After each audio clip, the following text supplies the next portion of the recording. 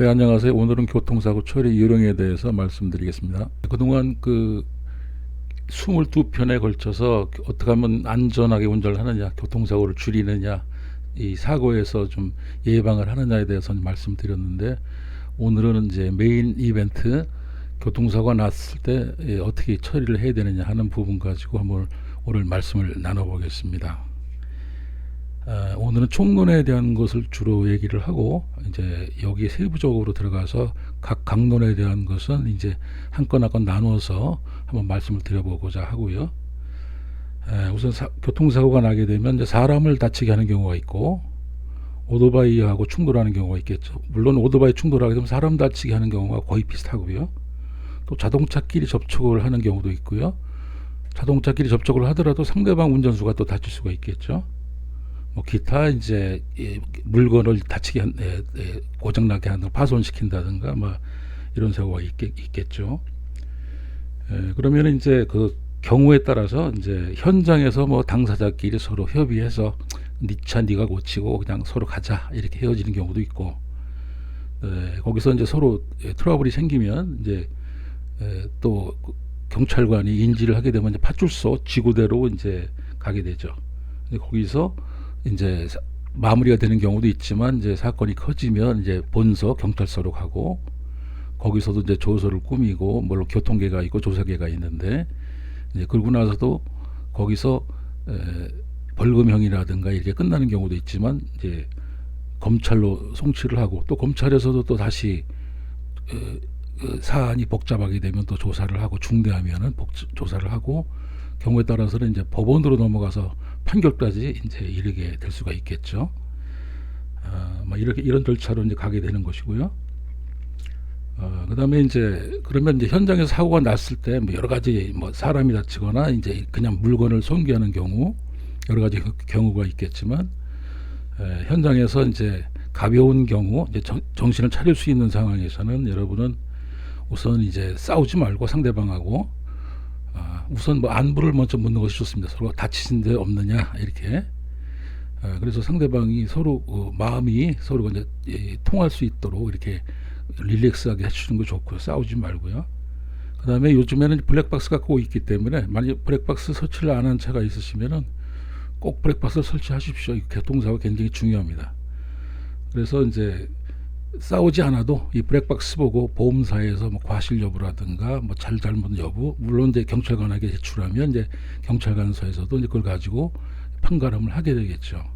그런 절차로 일단 이제 진행을 하시는 게 좋고요. 그 다음에 이제 두 번째는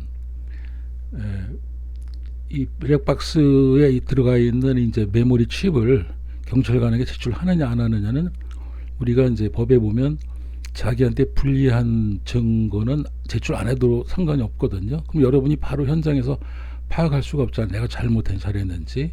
물론 감각적으로는 알 수가 있겠지만은, 이런 경우에는 이제 나중에 그 경찰관에 제출하기 전에 전문가 집단, 뭐 변호사라든가 손해사정사라든가, 물론 변호사라고 모든 걸 다 아는 건 아니고 자기 전문 분야가 있어서 교통사고 안 해본 사람으로 또 모르거든요. 그래서 이제 뭐 교통사고를 전문으로 하는 이런 변호사라든가, 손해사정사 경우에도 또 마찬가지입니다. 화재만 전문하는 사람이 있고 교통사고 전문하는 사람이 있고 여러 경우가 있기 때문에 이제 그 자문을 걸쳐서 이제 자기한테 불리한 자료라고 판단이 되면 굳이 제출할 필요가 없겠죠. 그러면 이제 본격적으로 설명 들어가기 전에, 오늘은 러닝 타임을 좀 길게 잡았습니다. 한 10분 정도 잡았는데, 평소 같으면 뭐 한 2, 3분 내에 보통 지루하시기 때문에 끝내려고 했었는데, 이거는 좀 길게 얘기할 수밖에 없어가지고요. 자, 일단 이제 교통사고가 나게 되면 여러분은 이제 몇 가지 법률에 적용이 되는데, 첫 번째가 형법에 의한 형사처벌이 있고요. 형사처벌은 형법 268조에 보면 5년 이하의 징역, 2천만 원 이내의 벌금 이렇게 되어 있습니다.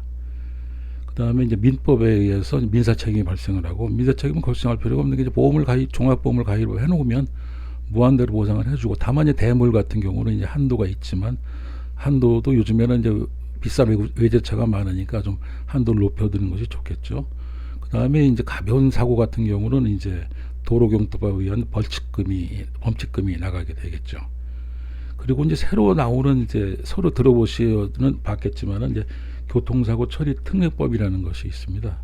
이 교통사고 처리 특례법이라는 것은 이 형법에서 적용하는 부분에 관련해서 형법 268조에 아까 말씀드린 대로 5년 이하의 징역, 사람을 다치게 한 경우, 이제 대량의 법률에 이렇게 되어 있습니다. 업무상 과실 또는 중대한 과실로 사람을 사상케 이르게 한 자는 5년 이하의 금고 또는 2천만 원 이하의 벌금에 처한다, 이렇게 되어 있거든요. 근데 이 사람을 다치게 사상케 하는 이제 수단이 자동차가 됐을 뿐이지 다른 방법으로 사상케 하는 것도 마찬가지거든요. 그래서 이런 경우에 우리는 이제 자동차로 인해서 사상케 한 경우까지 이렇게 중하게 다루면 이 생활이 무너져 버리고 또 내가 피해자가 될 수도 있지만 요즘은 하도 차가 많으니까 내가 가해자가 될 경우도 있지 않습니까? 그래서 이 어떻게 보면 이제 가해자를 좀 구제하기 위한 법률이 교통사고 처리 특례법인데, 그냥 일반 형법에 의해서 다스리지 않고 교통사고로 인한 것은 그냥 교통사고 특례로 인해서 가볍게 처벌을 하겠다는 게 그 법의 취지입니다. 단 그렇지 못한 경우, 특수한 경우에는 그냥 일반 형법으로 다스려야 되겠다. 그 종류가 이제 최초에 이게 시작을 할 때는 법률이 1981년 제정이 돼서 1982년 1월 1일부터 시행이 됐는데, 초기에는 뭐 10개 중대사고 이렇게 얘기를 했었는데 지금 이제 이것저것 추가가 돼서 13개입니다. 우선은 종합범에 가입된 것을 무조건 전제를 하고요. 그 13가지에 대해서 이제 말씀을 드려볼 건데, 일부러 뭐 외우실 필요는 없고요. 그냥 이런 게 있다 하는 걸 머릿속에 기억을 해두면 필요할 때 또 찾아보시면 되니까. 그래서 첫 번째가 피해자를 사람을 다치게 했을 경우 피해자를 구호를 해야 되는데 구호하지 않고 바로 도주를 한 경우, 그 다음에 두 번째는 피해자를 실어서 옮기긴 했는데 옮기다가 그냥 유기하고 도주한 경우, 세 번째가 이제 신호 위반을 한 사고, 네 번째가 중앙선을 침범하는 사고, 다섯 번째가 제한 속도를 초과 20km/h입니다. 20km 이상 초과한 경우, 그다음에 앞지르기 방법 위반한 사고, 그 다음에 철도 건널목 통과 방법 위반 사고, 횡단보도 보행자를 보호해야 되는데 보호를 안 하고 사고를 내는 경우, 그 다음에가 아홉 번째가 무면허 운전, 열 번째가 음주운전 또는 이제 약물 복용 운전도 마약 같은 거요 해당이 되고, 11번째가 이 보도를 통행할 수 있는 경우가 있습니다. 뭐 공사장 현장이라든가 이럴 경우, 그 도로 보도에서 사람을 다치게 하는 경우, 그 다음에 승객을 추락 방지 의무 위반, 버스 같은 경우 승객을 추락시킨다는 것, 그 다음에 13번째 어린이 보호구역에서 어린이를 다치게 한 경우, 어른을 다치게 한 건 해당이 안 되겠죠. 어린이를 다치게 한 경우, 이렇게 13가지가 해당이 되겠습니다. 네, 총론은 여기까지 말씀드리고요. 이제 강론에 들어가서 세세한 부분 나눠서 다시 설명을 드리겠습니다.